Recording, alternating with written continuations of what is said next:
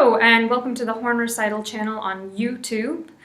Today I am doing my third interview. This is with the first horn with the Kausbach Quintet, and I'm going to go ahead and let her introduce herself.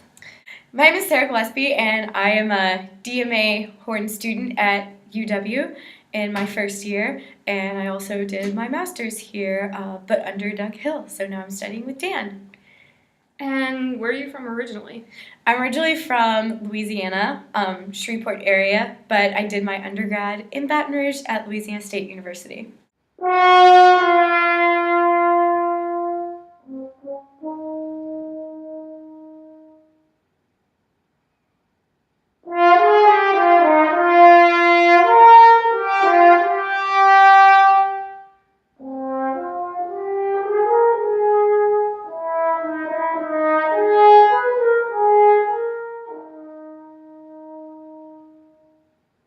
I decided to do the Laudatio by Kroll because I had learned about it in horn class at my undergrad at Pacific Lutheran University in Tacoma, Washington, and we had spent an entire class discussing solo repertoire for the horn, for solo horn, no piano, and one of the things we had discussed was Laudatio.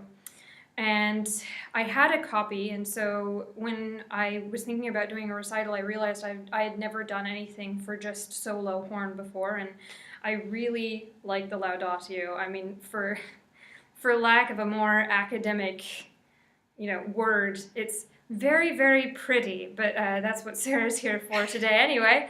So, Sarah, let's talk about the composer a little bit. What did you find out about Kroll? So Kroll apparently is still alive, which I didn't even know. I thought Congratulations, Kroll. I thought he was deceased. But he was born in 1920, so he's been around quite a long time.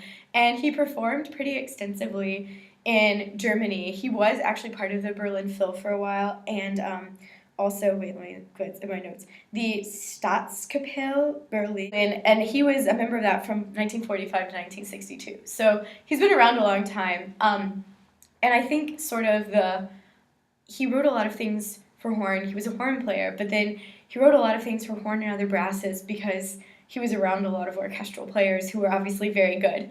And yeah, so he could kind of do whatever he wanted, and it seems like he's not a very prolific composer, but things that he's written are pretty well known.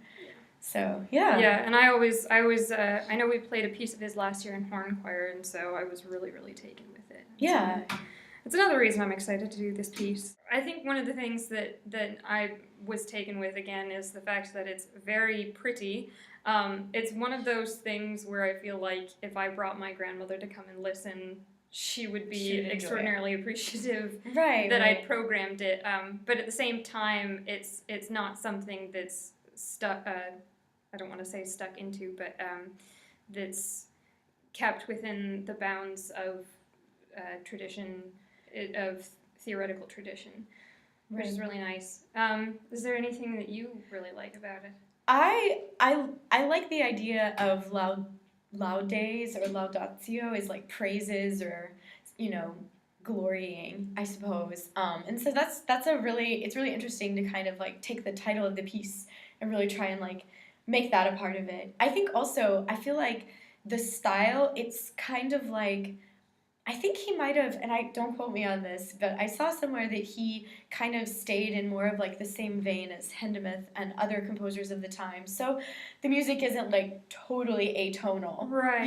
It's more. It's still very accessible. Right. Yeah. So I think he kind of saw what was happening in like the 20s, 30s, 40s, 50s, and he didn't quite go that atonal, like what's on the board behind us mode. He kind of matrices. He kept it more in a place that is more tonal and more sort of approachable for the general audience. Yeah. And I think that's definitely to be lauded, haha. And for him, to make something approachable that's also for just solo horn, and I think that's even harder to do. And I think it's one of the challenges of playing music for horn alone is making it interesting and musical because it's just you. It's just you as a soloist. And I know that's one of the major challenges I've definitely had with this piece. It's really hard.